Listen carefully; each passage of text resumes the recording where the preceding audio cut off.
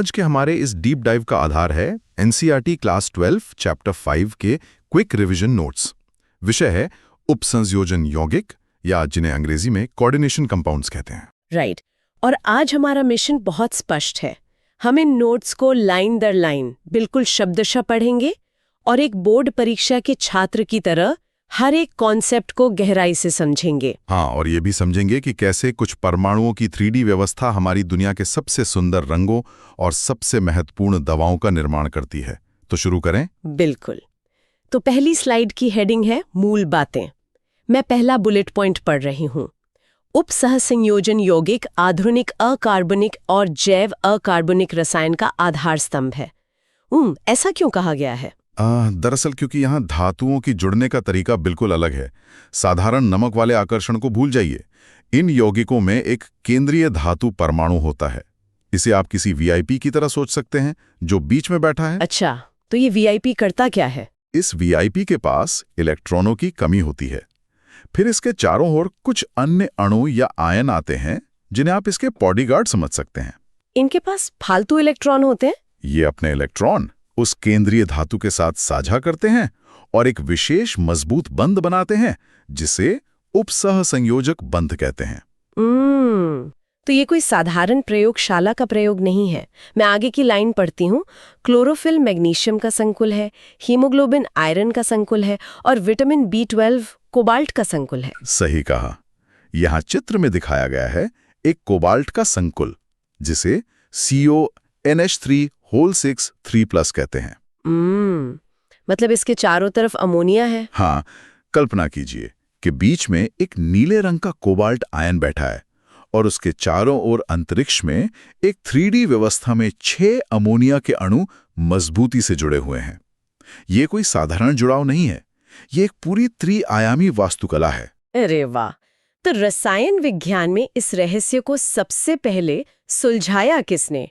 Notes की अगली heading है वर्नर का सिद्धांत 1898। अल्फ्रेड वर्नर ही वो महान वैज्ञानिक थे जिन्होंने ये पहेली सुलझाई। तो मैं उनके सिद्धांत का पहला पॉइंट पढ़ती हूँ। उपसहसंयोजन यौगिकों में धातुएं 2 प्रकार की संयोजकताएं दर्शाती हैं, प्राथमिक और द्वितीयक। और इसके नीचे लिखा है प्राथमिक संयोजकता आयनीय होती है और धातु की ऑक्सीकरण अवस्था से संतुष्ट होती है। इसे ऐसे समझिए, पहली जरूरत या प्राथमिक संयोजकता बहुत साधारण है। ये बस धातु का चार्ज है। इसे संतुष्ट करने के लिए विपरीत चार्ज वाले आयन चाहिए। जब आप इन्हें पानी में घोलते हैं तो ये आयन अलग हो जाते हैं, इसलिए इन्हें आयोनीय कहा गया। अच्छा, तो असली जादू दूसरे पॉइंट में है। मैं पढ़ती हूँ, द्वितीयक संयोजकता अनआयनीय होती है और यह समन्वय संख्या के बराबर होती है। बिल्कुल, असली जादू यही है। ये तय करती है कि धातु कितने बॉडीगार्ड्स के साथ सीधे तौर पर बंध बनाएगी। इसे समन्वय संख्या कहते हैं। ये अणु धातु के चारों ओर एक निश्चित 3D आकार में व्यवस्थित होते हैं और पानी में डालने पर टूटकर अलग नहीं होते। एकदम सही, पानी में भी अलग नहीं होते, इसलिए ये अनायोनाइनिया होते हैं। इसे साबित करने के लिए नोट्स में एक बहुत ही रोचक फैक्ट बॉक्स है। मैं पढ़ती हूँ, कोबाल्ट 3 क्लोराइड एमीन संकुल। जब COCl3 और 6NH3 मिलते हैं तो पीला यौगिक बनता है, लेकिन COCl3 और 5NH3 मिलने पर बैंगनी यौगिक बनता है। सिर्फ एक अमोनिया कम होने से रंग कैसे बदल गया? यही तो वर्नर के सिद्धांत का सबसे बड़ा प्रमाण है। पीले वाले यौगिक में सभी 6 अमोनिया धातु के साथ सीधे जुड़े हैं, मतलब द्वितीयक संयोजकता, और तीनों क्लोरीन बाहर हैं। तो मतलब वो तीनों क्लोरीन पानी में आजाद घूम सकते? हाँ, इसलिए जब इस पीले यौगिक को सिल्वर नाइट्रेट के साथ मिलाया जाता है तो बाहर वाले तीनों क्लोरीन आसानी से अलग होकर 3 मोल सिल्वर क्लोराइड बना लेते हैं। अच्छा, और बैंगनी वाले में क्या होता है? बैंगनी वाले में कहानी अलग है। वहां सिर्फ 5 अमोनिया है। वीआईपी कोबाल्ट को अपने आसपास 6 बॉडीगार्ड चाहिए ही चाहिए। तो वो क्या करता है, वो बाहर से एक क्लोरीन को खींचकर अपना सीधा बॉडीगार्ड बना लेता है। तो अब एक क्लोरीन अंदर आ गया। बिल्कुल, अब वो अंदर है तो पानी में घुलने पर अलग नहीं होगा। बाहर सिर्फ 2 क्लोरीन बचे, इसीलिए सिल्वर नाइट्रेट मिलाने पर केवल 2 मोल सिल्वर क्लोराइड बनता है।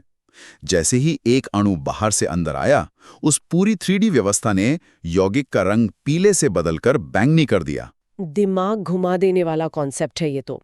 अब आगे बढ़ते हैं। स्लाइड 3 की हेडिंग है महत्वपूर्ण शब्दावली। मैं पहली परिभाषा पढ़ती हूँ। समन्वय सत्ता एक केंद्रीय धातु परमाणु अथवा आयन जो एक निश्चित संख्या में आयनों अथवा अणुओं से बंधा होता है। इसे एक कंपनी की तरह समझते हैं। समन्वय सत्ता उस पूरी टीम का नाम है, वीआईपी धातु और उसके बॉडीगार्ड्स जो एक साथ मिलकर काम कर रहे हैं। राइट। अगला शब्द है केंद्रीय परमाणु अथवा आयन। यह एक लुईस अम्ल की तरह कार्य करता है जो इलेक्ट्रॉन युग्म ग्रहण करता है। हाँ, क्योंकि इसके पास इलेक्ट्रॉनों की कमी होती है तो ये इलेक्ट्रॉन स्वीकार करता है, इसलिए इसे लुईस अम्ल कहते हैं। और जो दान करते हैं वो लिगैंड होते हैं, क्योंकि अगली लाइन है लिगैंड। वे अणु या आयन जो केंद्रीय परमाणु को इलेक्ट्रॉन युग्म दान करते हैं। प्रकार एक दंतुर, द्विदंतुर, बहुदंतुर। एकदम सही। लिगैंड वो बॉडीगार्ड्स हैं।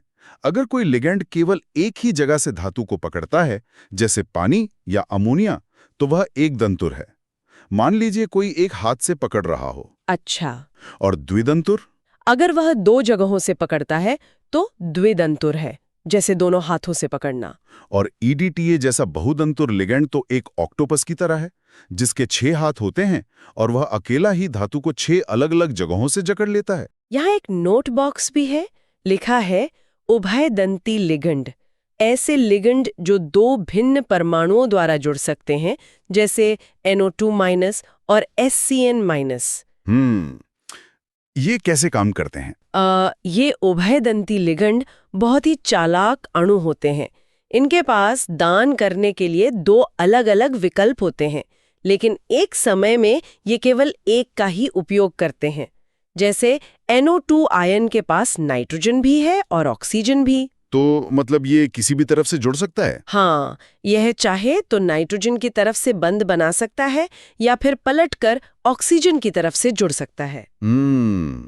समझ गई। अब ज्यामिति की बात करते हैं। स्लाइड 4 पर कुछ आकृतियों के नाम हैं। समन्वय बहुफलक, अष्टफलकीय, चतुष्फलकीय और वर्ग समतली। बिल्कुल। यहाँ चित्र में दिखाया गया है अष्टफलकीय, चतुष्फलकीय और वर्ग समतलीय आकृतियों को। पहली आकृति अष्टफलकीय है। इसमें धातु बीच में है, 4 लिगंड एक चपटे तल के कोनों पर है, एक ठीक ऊपर और एक ठीक नीचे, कुल 6 लिगंड। और चतुष्फलकीय कैसी होती है? दूसरी आकृति चतुष्फलकीय है, जो मिस्र के पिरामिड जैसी दिखती है, जिसमें 4 लिगंड धातु से जुड़े हैं। और तीसरी वर्ग समतलीय है, जहां धातु के चारों ओर 4 लिगंड एक ही चपटे तल में एक वर्गाकार मेज के कोनों की तरह स्थित हैं। राइट। आगे कुछ और परिभाषाएं हैं, मैं पढ़ती हूँ। समन्वय संख्या धातु से सीधे जुड़े लिगंड के दाता परमाणुओं की संख्या। और फिर है समन्वय मंडल, केंद्रीय परमाणु और लिगंड जिन्हें गुरु कोष्ठक में लिखा जाता है। ये समन्वय मंडल वो वीआईपी जोन है जिसे सूत्र लिखते समय बड़े ब्रैकेट के अंदर रखा जाता है। यह हिस्सा पानी में नहीं टूटता। और जो ब्रैकेट के बाहर होते हैं, नोट्स में उन्हें प्रति आयन कहा गया है। हाँ, जो आयन ब्रैकेट के बाहर होते हैं वे प्रति आयन कहलाते हैं। ये आ जा सकते हैं। एक फैक्ट बॉक्स और है यहाँ। होमोलेप्टिक संकुल, जिनमें धातु केवल एक ही प्रकार के लिगंड से जुड़ी होती है। हेट्रोलेप्टिक संकुल, जिनमें धातु एक से अधिक प्रकार के लिगंड से जुड़ी होती है। ये बहुत सरल है। अगर ब्रैकेट के अंदर सारे लिगंड एक ही तरह के हों, जैसे सिर्फ अमोनिया, तो उसे होमोलेप्टिक कहेंगे। और अगर अलग अलग हों, जैसे अमोनिया के साथ क्लोरीन भी हो, तो उसे हेट्रोलेप्टिक संकुल कहते हैं। चलिए, ये तो हो गए शब्द। अब आते हैं स्लाइड 5 पर। एक नाभिकीय उपसह संयोजन सत्ताओं के सूत्र लिखने के नियम। क्या हम इन 6 नियमों को लाइन दर लाइन पढ़कर समझ सकते हैं? बिल्कुल। इसे किसी का पता लिखने की तरह सोचिए। नियम बहुत सख्त हैं। तो मैं पढ़ती हूँ। नियम 1, केंद्रीय परमाणु का प्रतीक सबसे पहले लिखा जाता है। और नियम 2, लिगैंडों को उनके वर्णमाला क्रम में लिखा जाता है। हाँ, सबसे पहले घर के मालिक यानी केंद्रीय धातु का प्रतीक आता है, फिर उसके मेहमानों यानी लिगंडों को अंग्रेजी वर्णमाला के क्रम में लिखा जाता है। यहाँ 2004 का IUPAC अपडेट का नोट बॉक्स भी है। IUPAC 2004 की सिफारिशों के अनुसार लिगैंडों के आवेश को ध्यान में रखे बिना उन्हें वर्णमाला क्रम में रखा जाता है। पहले चार्ज देखा जाता था, लेकिन अब सिर्फ ABCD का क्रम देखा जाता है। अच्छा। नियम 3 बहुपरमाणु लिगैंडों को छोटे कोष्ठक में लिखा जाता है। नियम 4 पूरी समन्वय सत्ता को गुरु कोष्ठक में बंद किया जाता है। राइट, मतलब इस पूरे परिवार को एक बड़े ब्रैकेट रूप में घर के अंदर बंद कर दिया जाता है। नियम 5 धातु और लिगैंड के बीच कोई स्थान नहीं छोड़ा जाता। और अंत में नियम 6 संकुल पर आवेश को कोष्ठक के बाहर दाईं ओर मूर्धांक के रूप में लिखा जाता है। बिल्कुल, कोई खाली जगह नहीं छोड़ी जाती। और अगर ब्रैकेट पर कोई चार्ज है तो उसे बाहर दाईं ओर ऊपर की तरफ लिख दिया जाता है। सूत्र लिखना तो समझ आ गया। अब स्लाइड 6 पर चलते हैं। नामकरण के नियम। हाँ, ये भी बहुत महत्वपूर्ण है। मैं नियम पढ़ती हूँ। नियम 1 धनायन का नाम पहले और ऋणायन का नाम बाद में लिखा जाता है। इसे आप साधारण नमक यानी सोडियम क्लोराइड की तरह समझिए। हमेशा पहले पॉजिटिव हिस्से का नाम लेते हैं, फिर नेगेटिव हिस्से का। नियम 2 समन्वय सत्ता का नामकरण करते समय लिगैंडों के नाम वर्णमाला क्रम में पहले लिखे जाते हैं और धातु का नाम बाद में। जब ब्रैकेट के अंदर का नाम लेते हैं तो मेहमानों को पहले पुकारा जाता है और सबसे अंत में धातु का नाम आता है। लिगैंडों के नाम के लिए भी नियम है। नियम 3 ऋणायन लिगैंड के अंत में ओ लगाया जाता है, जैसे क्लोरिडो। उदासीन लिगैंड के विशेष नाम होते हैं, जैसे एक्वा, एमीन, कार्बोनिल। हाँ, अगर लिगैंड नेगेटिव है तो उसके नाम के पीछे ओ लगा देते हैं। नियम 4 धातु की ऑक्सीकरण अवस्था को रोमन अंकों में कोष्ठक में लिखा जाता है। नियम 5 यदि संकुल आयन ऋणायन है तो धातु के नाम के अंत में एट अनुलग्न लगाया जाता है। ये सबसे जरूरी बात है। धातु के नाम के तुरंत बाद कोष्ठक में उसका ऑक्सीकरण अंक रोमन में लिखना अनिवार्य है। और अगर पूरा ब्रैकेट नेगेटिव है तो धातु एट के साथ खत्म होगी, जैसे कोबाल्ट बन जाएगा कोबाल्टेट। यहाँ एक बहुत अच्छा उदाहरण है CONH3 होल 6 और बाहर Cl3। इसका नाम है हेक्साएमीन कोबाल्ट 3 क्लोराइड। इसे थोड़ा तोड़ के समझाएंगे। जरूर। देखिए, ब्रैकेट वाला हिस्सा पॉजिटिव है तो पहले उसका नाम आएगा। अंदर 6 अमोनिया है, इसलिए हेक्साएमीन, फिर धातु कोबाल्ट और उसका रोमन अंक 3। तो ये एक शब्द बन गया है, हेक्साएमीन कोबाल्ट 3। बिल्कुल। फिर ब्रैकेट के बाहर वाले नेगेटिव आयन क्लोराइड का नाम, पूरा नाम बना हेक्साएमीन कोबाल्ट 3 क्लोराइड। ध्यान दें कि बाहर 3 क्लोरीन होने के बावजूद हम ट्राइक्लोराइड नहीं कहते। अच्छा, क्योंकि रोमन अंक 3 पहले ही वो बात साफ कर देता है ना? एकदम सही पकड़ा आपने। अब आते हैं स्लाइड 7 पर। यहाँ एक बहुत दिलचस्प टॉपिक है, संरचनात्मक समावेयता। इसमें पहली है बंधनी समावेयता। मैं लाइन पढ़ती हूँ। यह उन संकुलों में पाई जाती है जिनमें उभयदंती लिगेंड होते हैं। याद है हमने उन चालक उभयदंती लिगेंडों की बात की थी। जब NO2 ऑक्सीजन की तरफ से जुड़ता है तो पूरा यौगिक लाल रंग का होता है, लेकिन जब वही NO2 पलटकर नाइट्रोजन की तरफ से जुड़ता है तो रंग पीला हो जाता है। अरे वाह, सूत्र एक ही है पर रंग बदल गया। दूसरी है उपसह संयोजन समावेयता। लाइन है, इसमें धनायनिक और ऋणायनिक सत्ताओं के बीच लिगेंडों का आदान प्रदान होता है। यहाँ 2 धातुएं आपस में अपने पूरे लिगैंडों के अदला बदली कर लेती हैं। कोबाल्ट अपना अमोनिया क्रोमियम को दे देता है और क्रोमियम अपने साइनाइड कोबाल्ट को दे देता है। फिर स्लाइड 8 पर है आयनन समावेयता। लाइन कहती है, जब प्रति आयन स्वयं एक संभावित लिगेंड हो और वह लिगेंड को विस्थापित कर दे। इसमें ब्रैकेट के अंदर का लिगैंड और बाहर का आयन अपनी जगह बदल लेते हैं। जैसे सल्फेट अंदर और ब्रोमीन बाहर है तो पानी में वो ब्रोमीन आयन देगा और लाल बैंगनी रंग होगा। जगह बदलने पर रंग सिर्फ लाल रह जाता है। और इसी में विलायक योजन समाव्यवता भी है। ये आयनन समाव्यवता का ही एक रूप है जहां विलायक अणु जैसे जल लिगेंड के रूप में कार्य करता है। हाँ, पानी के अंदर बाहर होने से क्रोमियम के संकुल का रंग बैंगनी से भूरा हरा हो जाता है। ये तो संरचना की बात हुई। स्लाइड 9 पर है त्रिविम समाव्यवता। इसके अंदर ज्यामितीय समाव्यवता दी गई है। जब समान लिगेंड संलग्न स्थितियों पर हो तो समपक्ष और विपरीत स्थितियों पर हो तो विपक्ष कहलाता है। यहाँ चित्र में दिखाया गया है समपक्ष और विपक्ष आकृतियों को। कल्पना कीजिए एक वर्गाकार मेज की। अगर दो एक जैसे लिगेंड, मान लीजिए दो क्लोरीन, एक दूसरे के बिल्कुल पड़ोस में बैठे हैं तो उसे समपक्ष या सिस कहते हैं। और अगर वो दूर हो तो? अगर वे मेज के बिल्कुल विपरीत कोनों पर चले जाते हैं तो उसे विपक्ष या ट्रांस कहते हैं। इसी में फलकीय और रेखांशिक समावयवता भी है। लाइन है, अष्टफलकीय संकुलों में जब 3 दाता परमाणु एक ही फलक पर हों तो फलकीय और भूमध्य रेखा पर हों तो रेखांशिक। जब 3 एक जैसे लिगेंड अष्टफलक के एक ही त्रिकोणीय चेहरे पर होते हैं तो वो फलकीय है। हाँ। और जब वे एक गोले की भूमध्य रेखा की तरह एक सीधी रेखा में आ जाते हैं तो वो रेखांशिक है। स्लाइड 10 पर है ध्रुवण समावयवता। मैं पढ़ती हूँ, ध्रुवण समावयवी वे होते हैं जो एक दूसरे के दर्पण प्रतिबिंब होते हैं लेकिन एक दूसरे पर अध्यारोपित नहीं किए जा सकते। इन्हें किराइल कहते हैं। इसे समझने के लिए अपने दोनों हाथों को देखिए। आपका दायां हाथ और बायां हाथ एक दूसरे की दर्पण छवियां हैं, लेकिन आप एक हाथ के ऊपर दूसरे हाथ को बिल्कुल फिट नहीं बिठा सकते। मतलब इसे ही किराइल गुण कहते हैं। हाँ, यहाँ चित्र में दिखाया गया है दर्पण प्रतिबिंबों को जैसे कोबाल्ट का एक संकुल है।